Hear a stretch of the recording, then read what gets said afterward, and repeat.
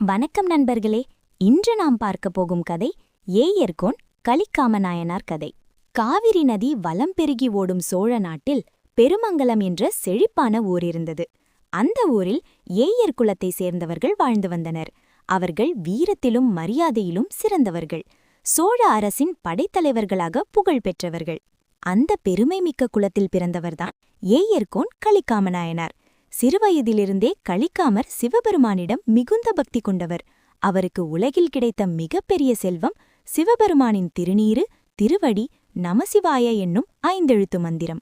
அவர் எந்நேரமும் நமசிவாய என்னும் 5 எழுத்து மந்திரத்தை மனதிலே ஜபித்துக் கொண்டே இருப்பார். அவரது வாழ்க்கை மிகவும் ஒழுக்கமானது.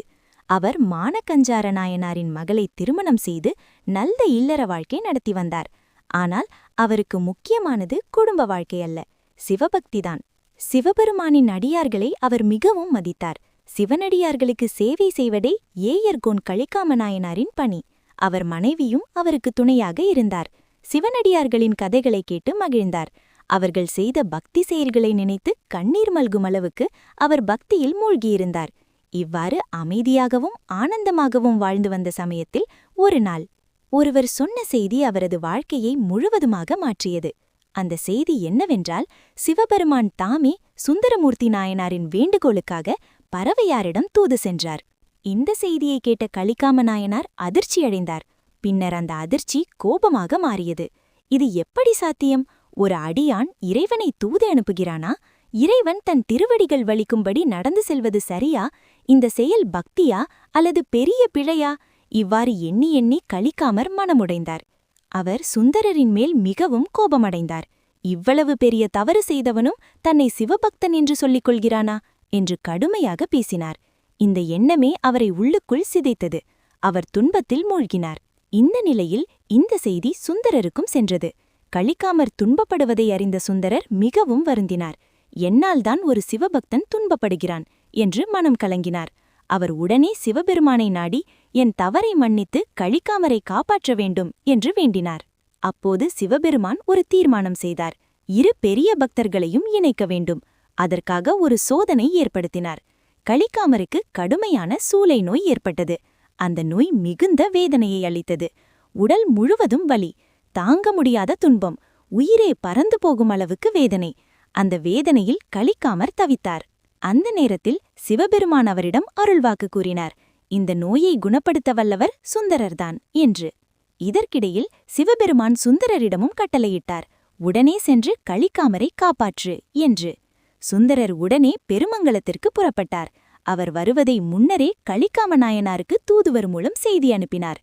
இந்த செய்தி கலிக்காமரிடம் சென்றது. அந்த செய்தியை கேட்டவுடன் அவரது மனம் மேலும் கொதித்தது. அவனே என்னை காப்பாற்ற வருகிறானா? அவனை நான் எப்படி சந்திப்பேன் என்று தாங்க முடியாத மனவேதனையில் மூழ்கினார். அவர் ஒரு கடுமையான முடிவெடுத்தார். அவன் வருவதற்கு முன் நான் உயிரை விட்டுவிடுவேன் என்று தீர்மானித்தார். உடனே தன் வாளை எடுத்தார். சிவபெருமானை நினைத்து, இறைவனே, நான் இவ்வுலகில் வாழ விரும்பவில்லை என்று கூறி தன் வயிற்றை கிழித்துக்கொண்டு உயிரை விட்டார். இந்த காட்சி மிகவும் கொடூரமானது. அவரது மனைவி இதைக் கண்டு அதிர்ச்சியடைந்தார். ஆனால் அவளும் சாதாரண பெண்ணில்லை, ஒரு உண்மையான பக்தியின் மனைவி.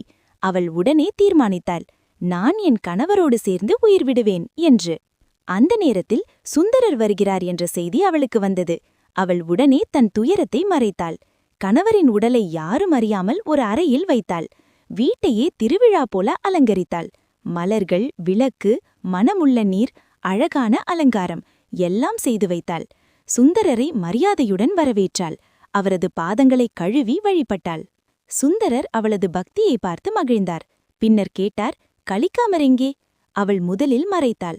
ஆனால் சுந்தரர் வலியுறுத்தியபோது அவரை உள்ளே அழைத்து சென்றாள். அங்கே கலிக்காமர் உயிரின்றி கிடந்தார். அந்த காட்சியை பார்த்த சுந்தரர் அதிர்ச்சியடைந்தார். கண்ணீர் வழிந்தது. இது என்ன விபரீதம்? நான் தான் காரணம் என்று வேதனையில் மூழ்கினார்.